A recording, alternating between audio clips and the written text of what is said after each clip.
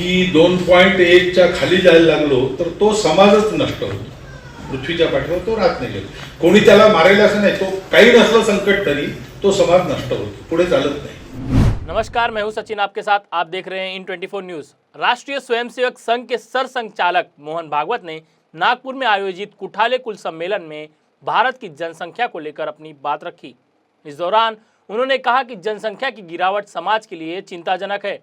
भागवत ने यह भी बताया कि यदि जनसंख्या बढ़ोतरी दर 2.1 से कम हो जाए तो समाज का पतन होना तय है और उसे नष्ट करने के लिए किसी भी बाहरी शक्ति की आवश्यकता नहीं होती. मोहन भागवत ने बताया जनसंख्या वृद्धि दर का महत्व. मोहन भागवत ने इस विषय पर बात करते हुए कहा कि विज्ञान ये मानता है कि यदि जनसंख्या बढ़ोतरी दर 2.1 से नीचे गिरती है तो वह समाज अपने आप समाप्त हो जाता है. उन्होंने उदाहरण देते हुए कहा कि कई भाषाएं और समाज इसी कारण समाप्त हो गए. भागवत के अनुसार साल 2000 के आसपास भारत की जनसंख्या नीति तय की गई थी, जिसमें यह स्पष्ट किया गया था कि देश की जनसंख्या वृद्धि दर 2.1 होनी चाहिए. संख्येचा उल्लेख झाला, जनसंख्या कमी होते फार चिंता आहे. चिंतेचा विषय आहे. त्याचं कारण हे शास्त्र, लोकसंख्या शास्त्र जे आधुनिक ते असं सांगतं की 2.1च्या खाली जायला लागलो तर तो समाजच नष्ट होतो, पृथ्वीच्या पाठीवर तो राहत नाही. कोणी त्याला मारेल असं नाही, तो काही नसलं संकट तरी तो समाज नष्ट होतो, पुढे चालत नाही. अनेक भाषा अशा नष्ट झाल्या, अनेक समाज असे नष्ट झाले. 2.1च्या खाली येतात. आपल्या देशाची जनसंख्या नीती 1998 वगैरे मध्ये ठरली का 2002 मध्ये ठरली, साल माहित नाही मला, पण त्याच्यातही असं सांगतात की 2.1च्या खाली नको. 2.1 म्हणजे 0.1 तर माणूस जन्मत नाही ना कधी. 2 पेक्षा जास्ती पाहिजे, 3 पाहिजे कमीत कमी, असं शास्त्र सांगतं. पण ही संख्या ही याकरता महत्वाची आहे की टिकलं पाहिजे की नाही. टिकलं पाहिजे असं आपल्याला सगळ्यांना वाटतं, कारण ते आपलं आहे.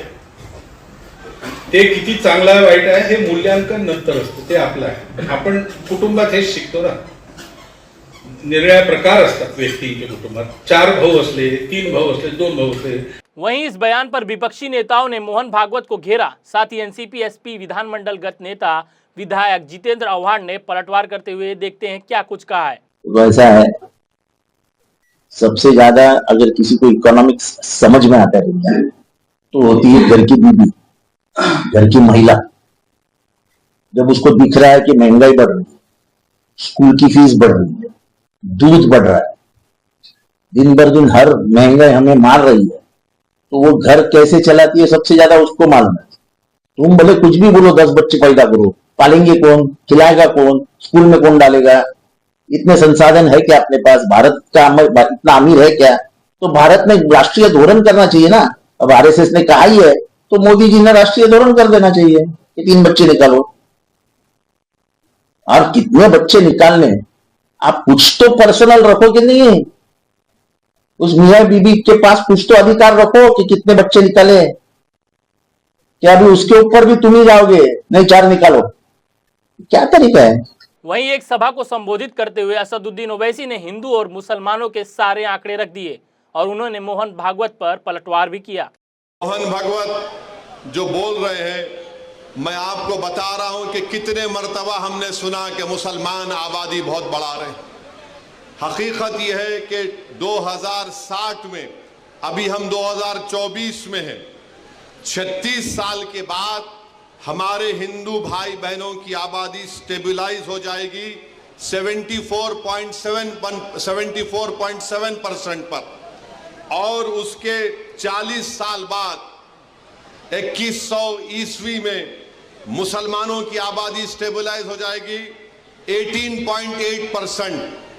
यानी मुसलमान की आबादी कभी भी इस मुल्क में हमारे हिंदू भाई बहनों की आबादी से ज्यादा नहीं होगी. मगर ये झूठ आरएसएस पिछले 70 साल से फैला रही है. बीजेपी ये झूठ को फैला रही है कि मुसलमान इतनी आबादी बढ़ रही है, इतने बच्चे पैदा कर रहे हैं कि एक दिन इस देश में उनकी आबादी बढ़ जाएगी. ऐसे ही अपडेट्स के लिए हमारे साथ बने रहें. इन24 न्यूज को लाइक, शेयर और सब्सक्राइब जरूर करें.